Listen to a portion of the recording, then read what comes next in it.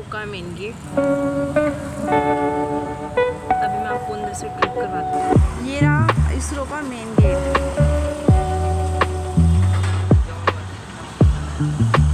Guys ये है इसके अंदर का।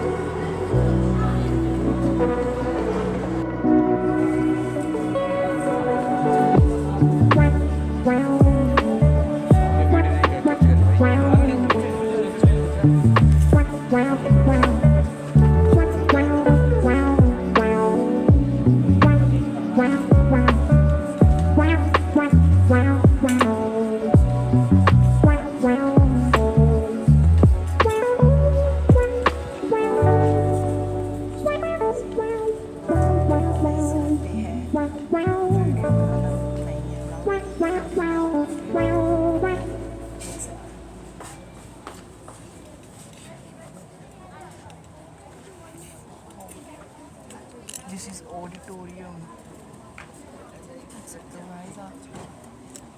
This is auditorium. क्या बात है, क्या तीसरी तीसरी हो जाएगी, थोड़ी जुटते होंगे मेरे।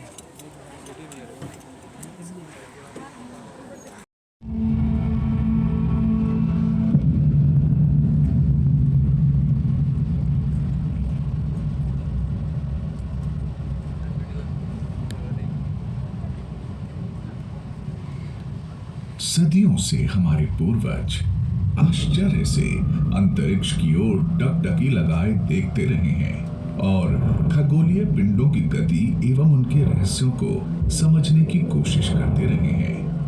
यह अवलोकन ब्रह्मांड के रहस्यों को समझने के लिए मनुष्य के प्रयत्नों की शुरुआत रही है। हजारों वर्षों से विश्व के कई सुप्रसिद्ध खगोल विज्ञानी जैसे Ptolemy, Copernicus, Galileo, Kepler, Hubble एवं कई अन्य ने ब्रह्मांड के रहस्यों को समझने में हमारी बहुत मदद की है। खगोल विज्ञान में भारत की भी बहुत सुदृढ़ परंपरा रही है। आर्यभट्ट, ब्रह्मगुप्त, वराहमिहिर एवं भास्कराचार्य के योगदान से सभी बखूबी परिचित हैं। 18वीं सदी के मध्य में सन 1728 में सवाई जयसिंह द्वितीय ने भारत के अलग अलग 5 शहरों दिल्ली, जयपुर, उज्जैन, मथुरा एवं वाराणसी में वेधशालाओं का निर्माण किया। 4 अक्टूबर 1957 में सबसे पहले पृथ्वी की कक्षा में चक्कर लगाने वाले कृत्रिम उपग्रह स्पुतनिक 1 का सोवियत यूनियन ने प्रक्षेपण किया। इसके पश्चात 1 महीने से कम समय में ही सोवियत यूनियन ने पृथ्वी की कक्षा में स्पुतनिक 2 को भेजा, जिसमें लाइका नाम की कुतिया को भी भेजा गया था। अमेरिकी सेना ने 31 जनवरी 1958 को एक्सप्लोरर 1 नामक उपग्रह का प्रक्षेपण किया।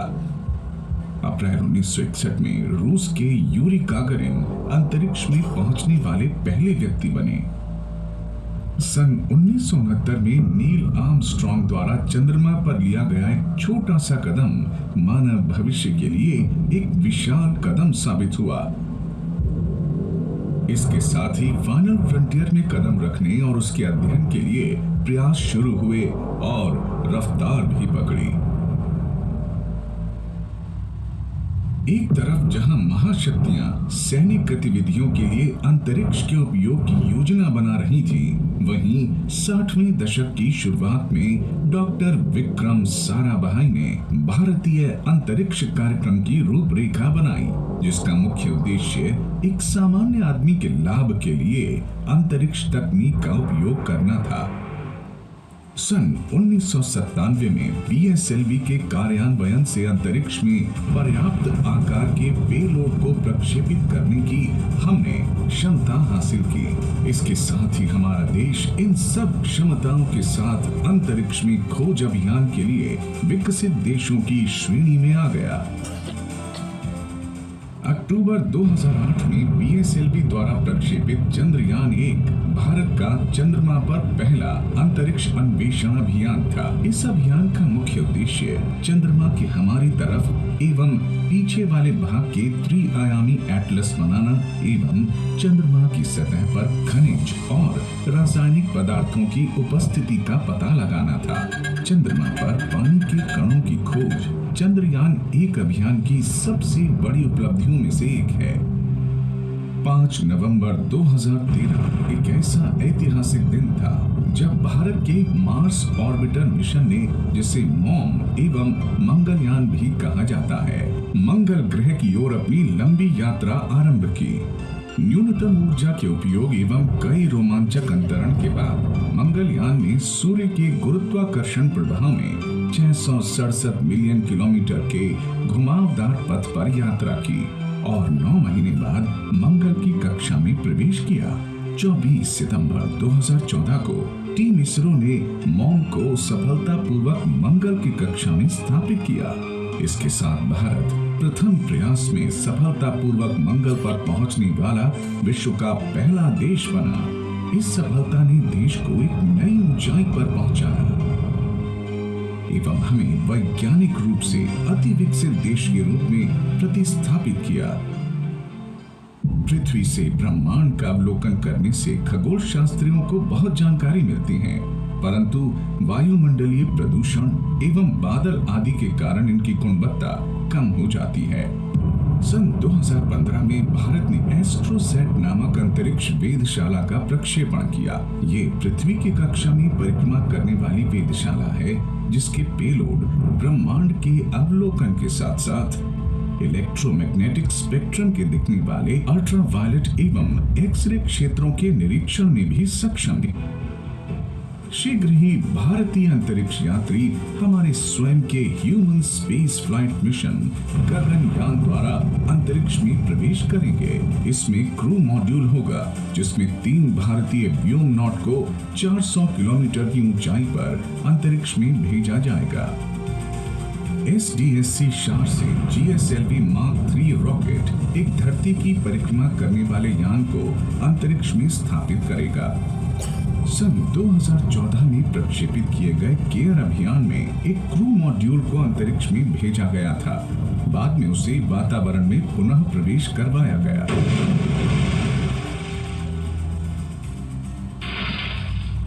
पृथ्वी एवं अंतरिक्ष के साथ साथ अन्य ग्रहों पर घटने वाली कई घटनाएं सूर्य की गतिविधियों से प्रभावित होती हैं, इसलिए इनको निकट से समझना एवं इसका अध्ययन करना आवश्यक है। भारत का आगामी अन्वेषण अभियान आदित्य L1 सूर्य के ऊपरी वातावरण की गतिविधियों का अध्ययन करेगा, जिसे हमारा विश्वसनीय PSLV रॉकेट शुरुआत में अंतरिक्ष यान को पृथ्वी की दीर्घ वृत्ताकार कक्षा में स्थापित करेगा। तत्पश्चात इसकी मोटर को एक के बाद एक कई बार फायर करके अंतरिक्ष यान पृथ्वी की कक्षा को छोड़कर लैग्रेंजियन पॉइंट L1 की ओर अपनी यात्रा शुरू करेगा, जो पृथ्वी से लगभग 1.5 मिलियन किलोमीटर दूर है।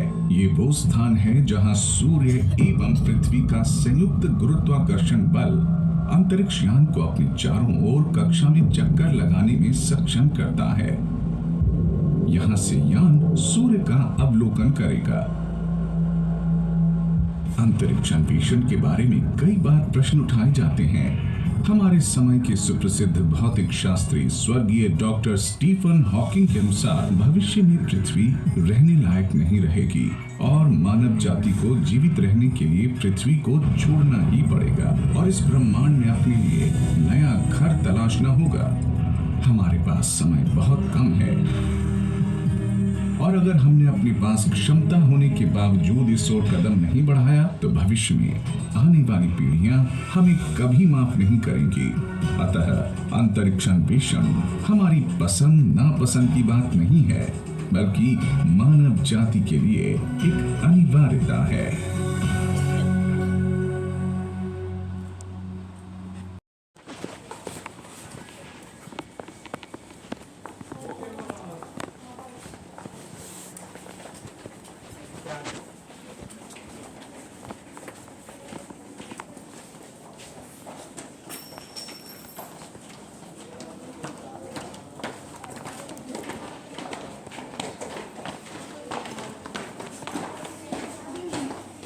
गाइस हम जा रहे हैं ऊपर।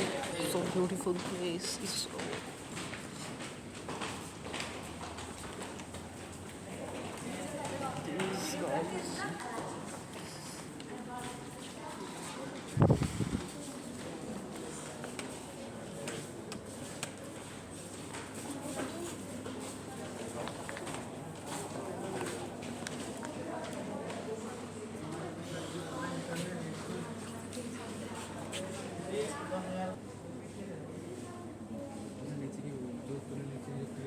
तो कैसा लगा आपको इस रोड ट्रिप?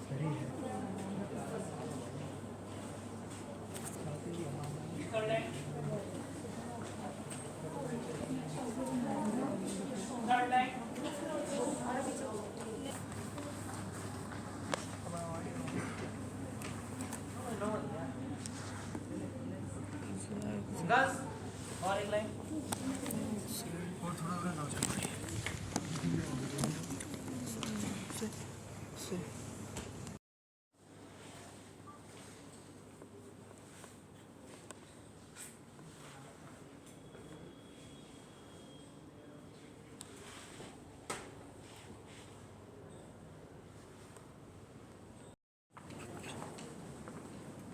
मान जा रे। मैम ने ही बोला है। हैं? हाँ किसने बोला है? मैम ने।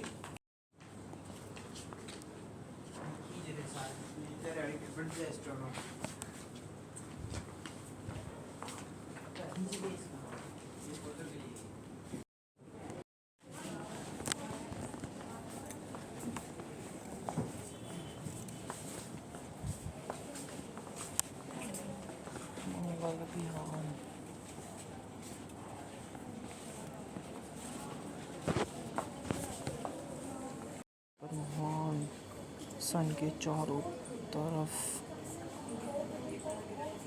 देख सकते हो गाइस आप।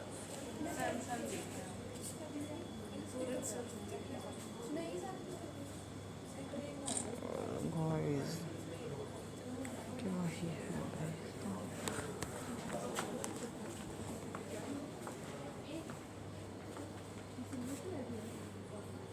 गाइस। यहाँ पे वीडियो रिकॉर्ड नहीं कर सकते, फिर भी मैं कर रहा हूँ।